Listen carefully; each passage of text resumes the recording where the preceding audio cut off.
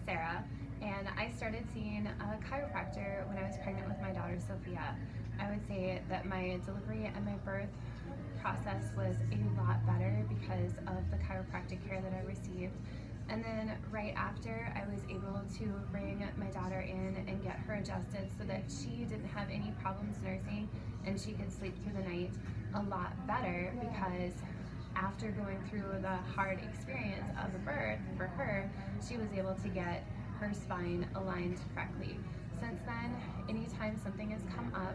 we like to go to the chiropractor. If I go see the doctor with my daughter for any reason, after I leave the doctor's office, I like to come here and get her adjusted, because I know whatever diagnosis the doctor gave her, that if I help her set her body up so that it can do its own healing, she is going to have a much faster and much easier recovery time. And we have always seen that to be true with anything that has happened with her. So I'm so grateful for all the chiropractors, especially here at Revolution,